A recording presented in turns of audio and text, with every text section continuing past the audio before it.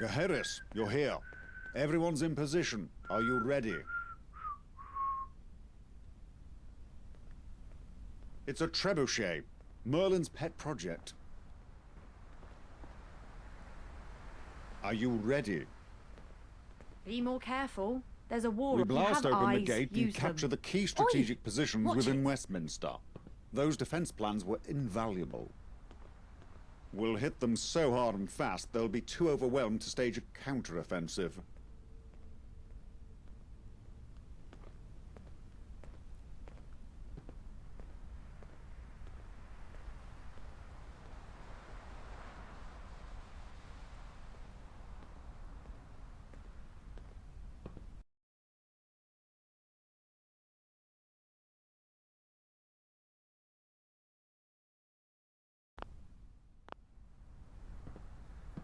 Good. I'll give a speech to the men before I order the attack. You'll have the honor of launching the trebuchet. Ever vigilant.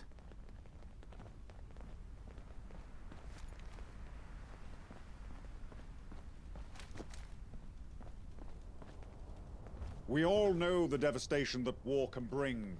The loss of life, the destruction of homes and families, the displacement of people. War is a terrible, terrible thing. So then why do we fight? Why do we keep going back, even though we know the cost? Is it the excitement of battle? Is it the thrill of victory? Or the camaraderie of fighting alongside comrades? No. There's something about war that speaks to us, that calls to us. We believe in something greater than ourselves. And so we keep fighting. Even though the odds may seem insurmountable, we fight because we have to. Because the alternative is too terrible to contemplate. So let's finish this, my friends. For Camelot!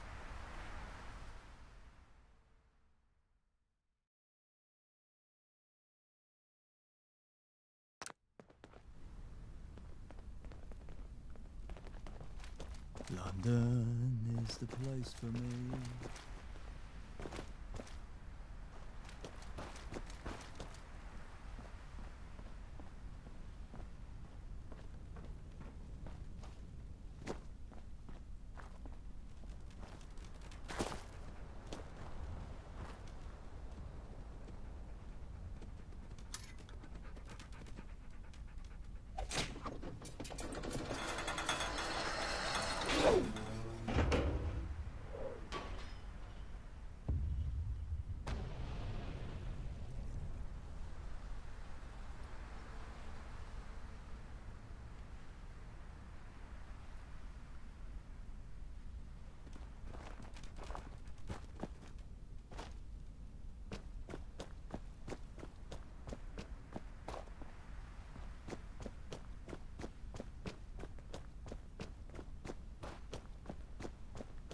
Patience is key for the quest to continue.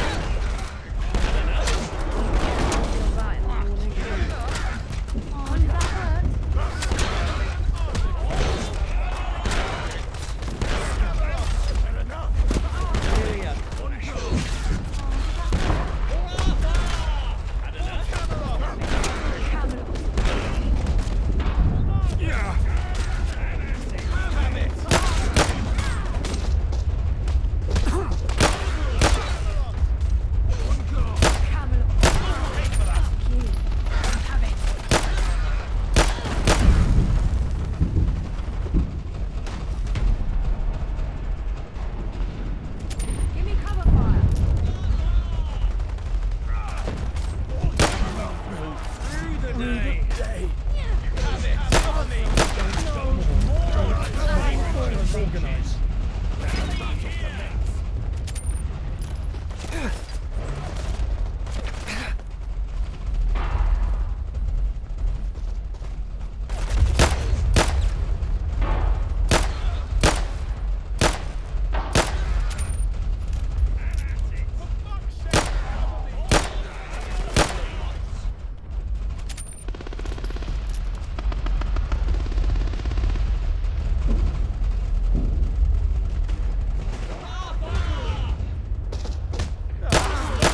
Mourn!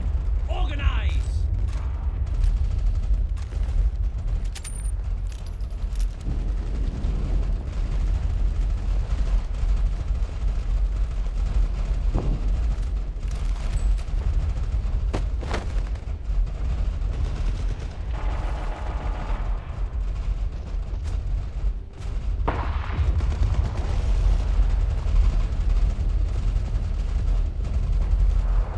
Harris! Over here! Parliament's locked up like a fortress. We'll have to force a way in. While me and my men are taking care of that, I need you to ensure we're capturing the key strategic positions in the borough. That would be Downing Street, the Broadcasting House, and Admiralty Arch. Godspeed, Garrus.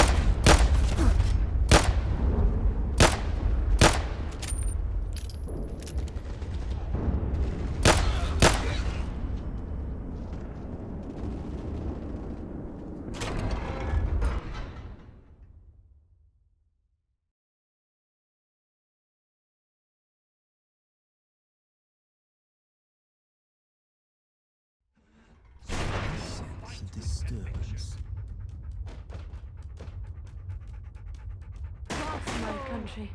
How Merely a flesh wound. the You help the others.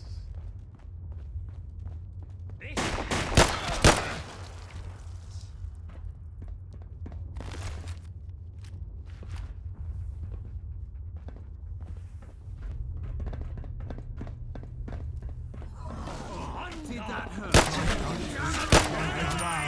I vow to thee.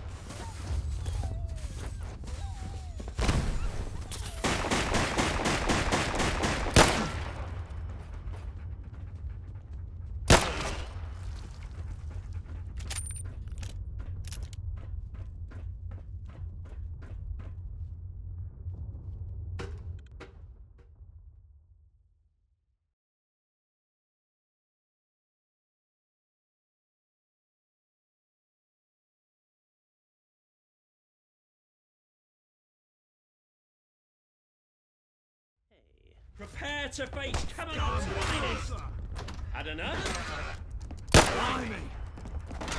Bounce, blimey!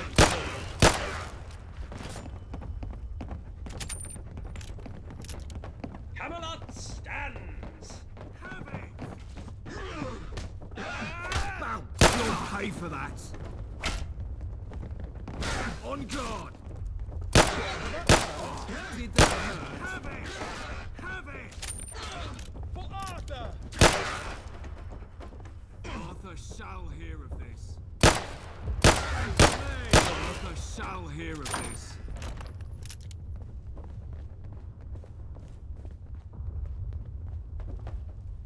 All I do, my hand.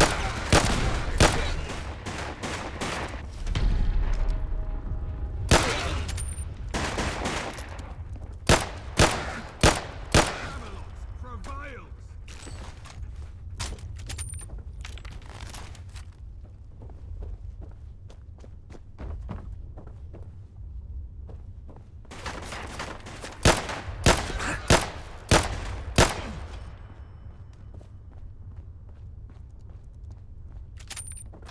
Reveal yourself. Do yourself.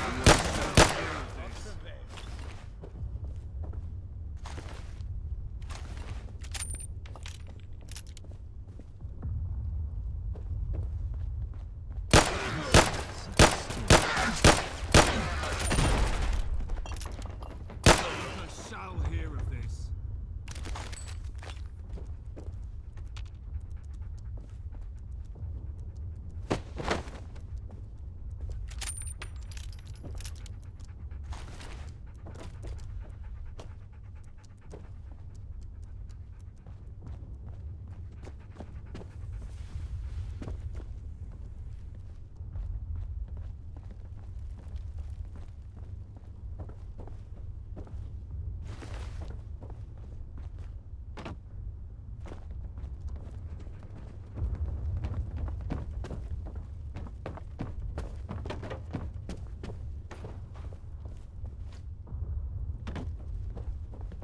Look where you're going.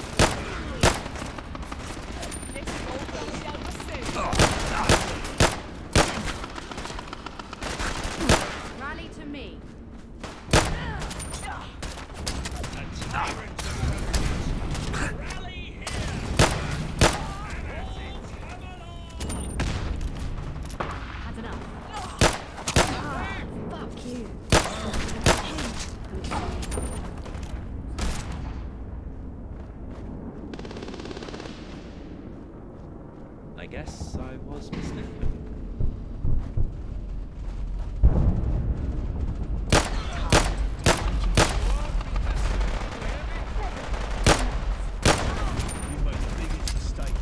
Maybe a fresh route.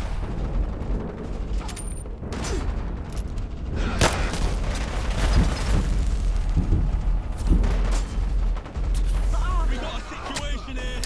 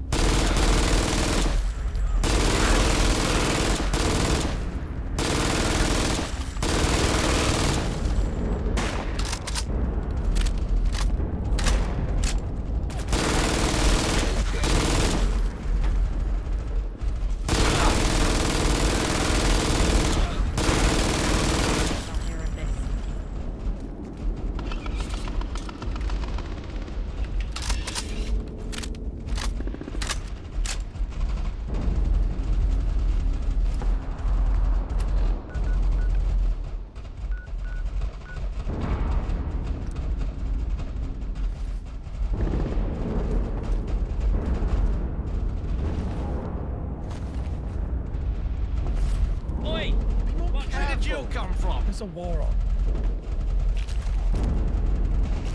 Stop running around like a cop.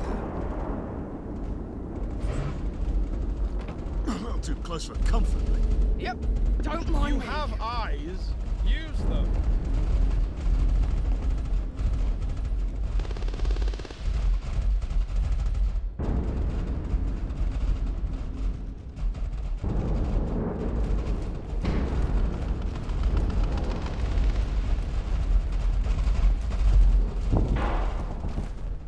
Greetings, civilian.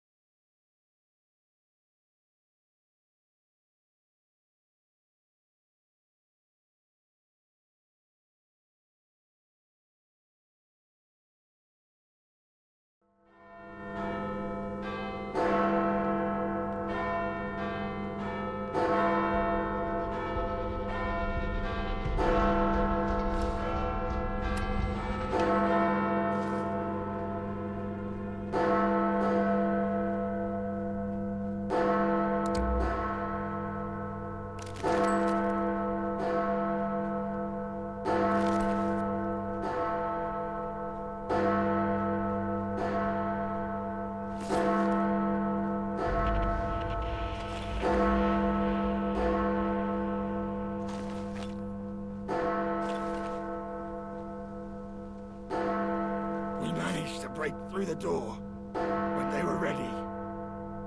I'm injured. I was lucky to make it out alive. Eris, it'll have to be you.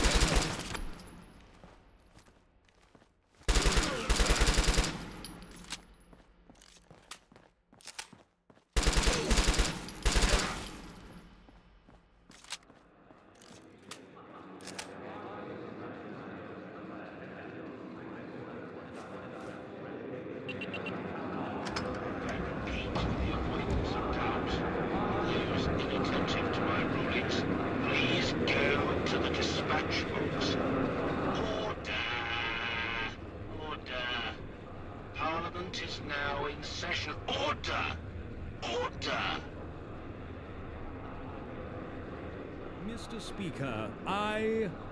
Order! Mr. Speaker, I rise tonight to address a matter of great urgency to our nation's security. The judgment of the Right Honourable Smythe across from me at the dispatch box. It is with sincere conviction that I must propose a motion to declare them an enemy of the state. I must ask the House, what evidence is there to support this motion? Let us hear it. Evidence? Their treachery is common knowledge. Who here isn't privy to the exploits of the Right Honourable Smythe in the opposition? It is with their support that this rebellion has brought London to its knees. The idea that Camelot could succeed without one of our own is inconceivable. The blame for this catastrophic turn of events, therefore, is on them and them alone. What evidence do you have in your defense? Why do you look like us? All those opposed to the motion, please say nay.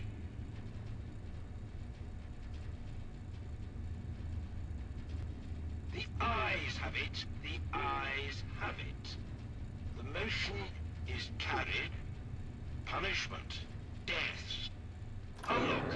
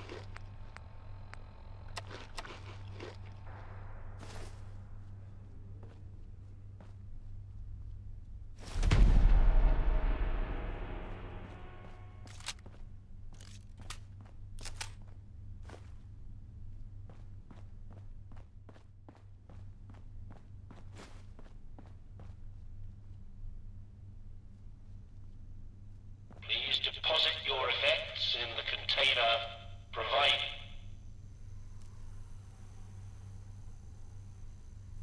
Unlock.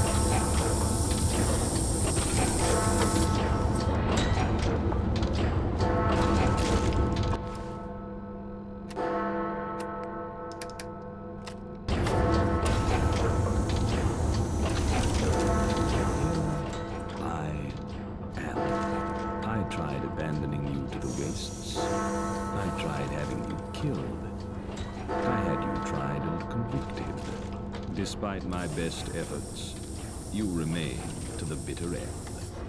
So let's talk. That's a very open-ended question. What exactly are you demanding I take accountability for?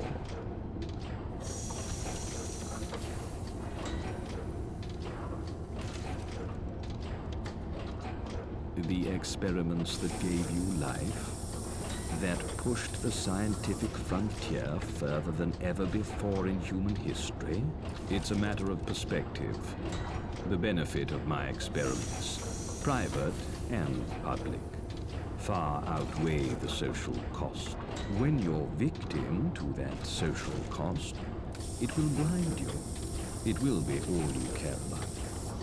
That's understandable. But when looking at the situation objectively, you would see nothing but the efficient allocation of resources. Surely you're not referring to Camelot. The world burned under the watch of democracy. I wonder how long it will be before it burns again under Arthur's quaint little regime. If you want something done right, you've got to do it yourself. A world of Smythe, shaped by Smythe. That's what I believe in. Power isn't held in symbols, but in people. Having the right person in the right place at the right time means everything. I am that person, and this is the place, and this was the time. You may think that's incorrect, but it's what I believe. I am Smythe. Mr. Smythe. I've never lied to you in that regard. If you counted up my lifetimes, I'd be about 200, give or take a few decades. I stopped counting. I was born in what is now known as Eastminster, before the Blast Wall Initiative. I worked for the government in the Ministry of Information. That is where Angel grew its wings. I made that ministry my own, even after I was imprisoned for my activities. It was still under my thumb. I spent the last few years writing letters about the coming war to the Prime Minister, the Cabinet, the opposition, the President, everyone. They were all ignored. There was naught I could do from my cell, and Angel was only in infancy. So on the 23rd of October, 2077, the world ended. I was imprisoned right up until the last day, exactly where I wanted to be. I was ready. My escape was immaculate, every last detail flawless. The Ministry of Information had been building our own Pindar bunker for years. From there, I watched the world burn. The bunker in question is, of course, the one beneath the Angel Underground Station. We are the same. Any difference between us is derived from our experiences and scientific error. A clone of a clone of a clone, etc. I am long since removed from the original Smythe, yet feel exactly what he felt, and remember exactly what he lived through. If you had finished conditioning, you would be exactly the same in body and mind as the man who walked these lands before Doomsday struck. The only man who saw it coming, whose warnings, had they been heeded, would have quite literally saved the world. Had things gone differently, they would be running the country. You must understand, I respect the parliamentary and legislative process.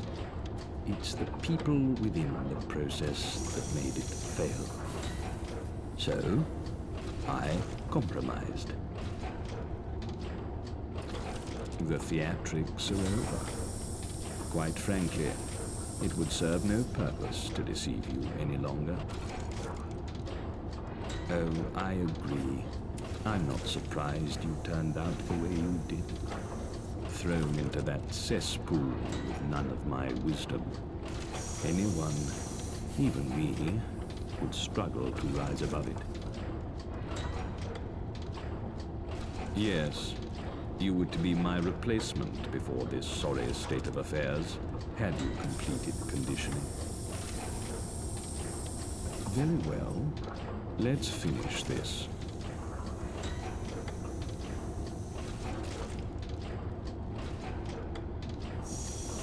Isn't it obvious? You brought an end to my world. Now,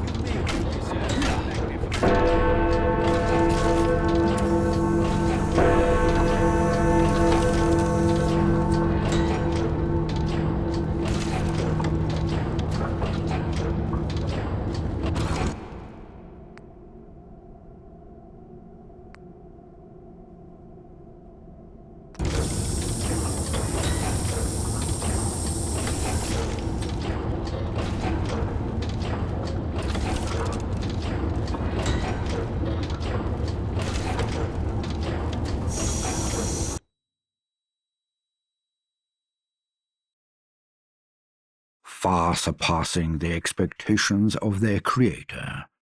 The Wayfarer had ultimately swayed the course of history. Arthur, true to his word, began the process of establishing a true representative democracy.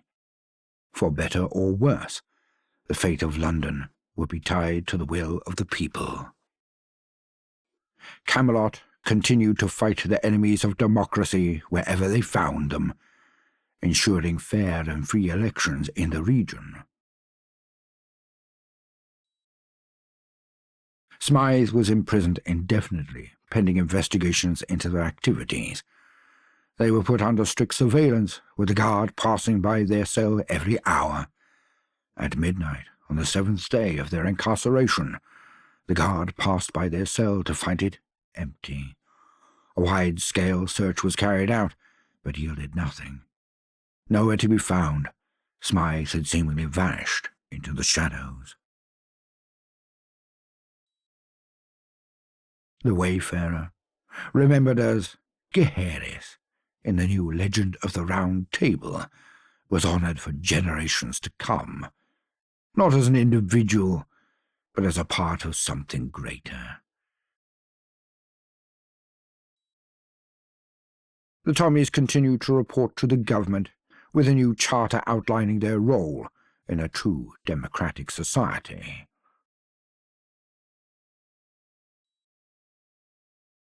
With Pete Davies at the helm, the Roundels rebounded.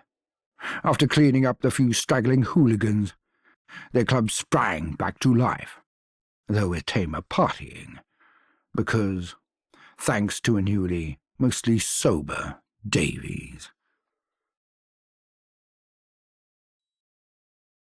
The Pistols of Camden embraced the future with cautious optimism. While life in Camden didn't change all that much, the rest of London adopting a way of life similar to their own was reassuring. Following the Battle of Westminster, the Camden Council discussed the Wayfarer's actions in depth. The Wayfarer was declared an honorary member of the Council for their involvement in the uprising.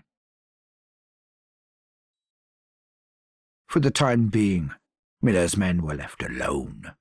They were deemed too much of a hassle to deal with, and Islington was blockaded. While they would occasionally sneak out and attack neighbouring boroughs, their rage, for the most part, turned inwards. With no outlet for their fury, this spawned a culture of infighting. Gangs of Miller's men would beat each other to the death over trivial matters. Fortunes were lost and won at a swing of a fist. Only one thing united them: their devotion to their leader, Miller. Traders came and went, but the Croydonians rarely crossed the bridge that had been built for them. They regarded the rest of the world with disinterest, and they were better off for it. The Tommies never returned to Brixton, and their independence was guaranteed for years to come. They became a safe haven for those in London seeking a simpler life. In the grand scheme of things, they were insignificant, and they wouldn't have it any other way. While the rest of the city marched on, Brixton remained a capsule in time.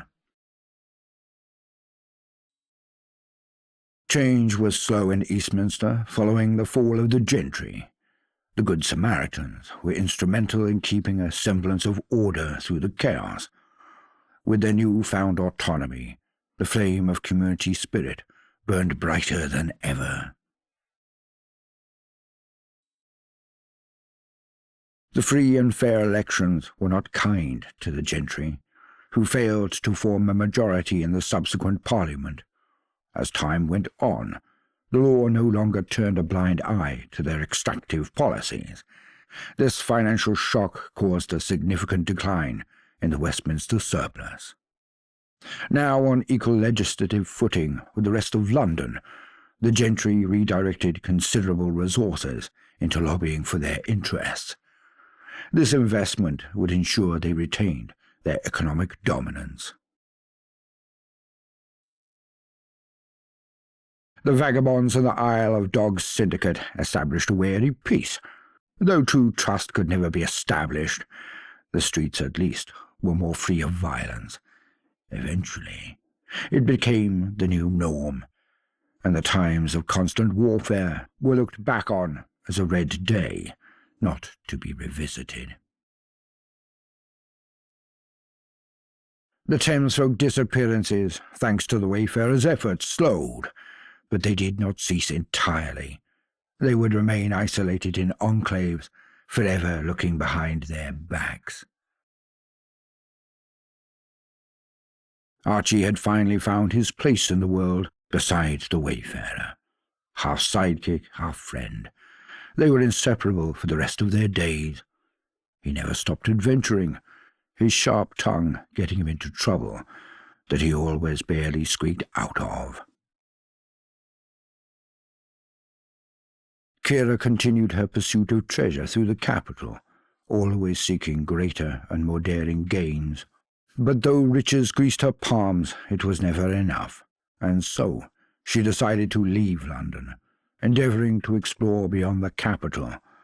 Her new quest is to become the most famed adventurer in the world. Mad Jack returned to the only place he could ever truly call home, his gym.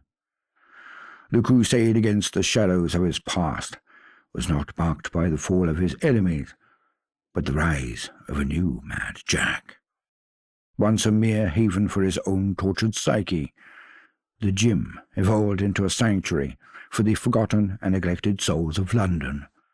Here, he imparted lessons not just in physical strength, but in the virtues championed by the Wayfarer. Arthur Mountbatten was thankful for the time spent travelling with the Wayfarer. He had lived more of a life in that short period than he had ever thought possible. For the remainder of his days, he would live a quiet life in Camden. And so, the Wayfarer's journey came to an end. But it was not the end of history, only the beginning. Because in mankind's pursuit of power, there is no price too high, no life too valuable, and no ideal too sacred. Because war never changes.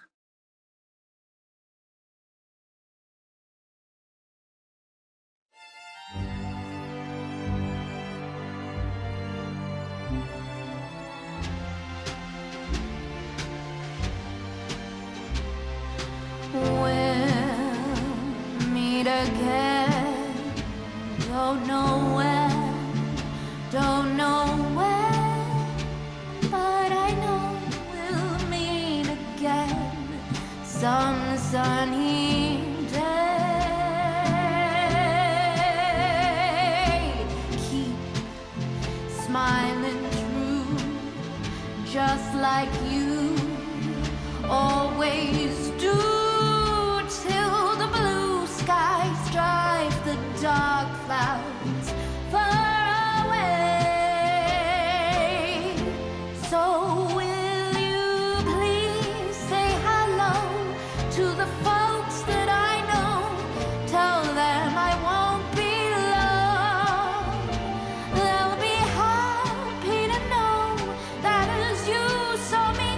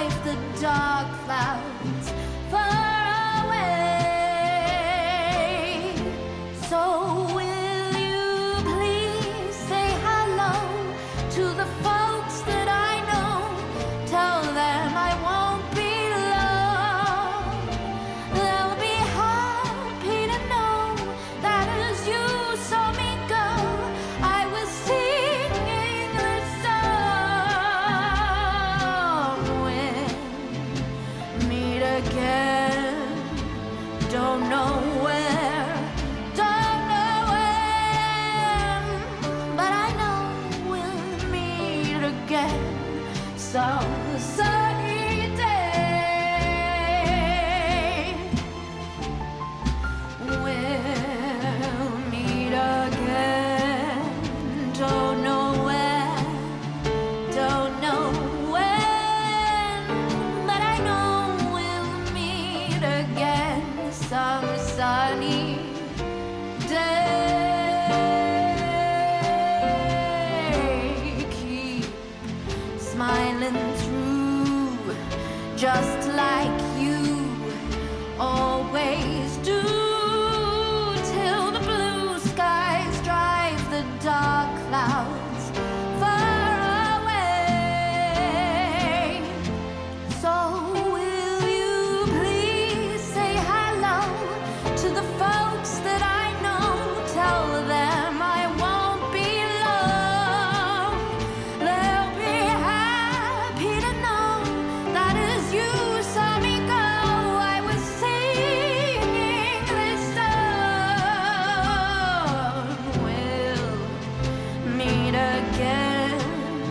Don't know where, don't know when, but I know we'll meet again some sunny day.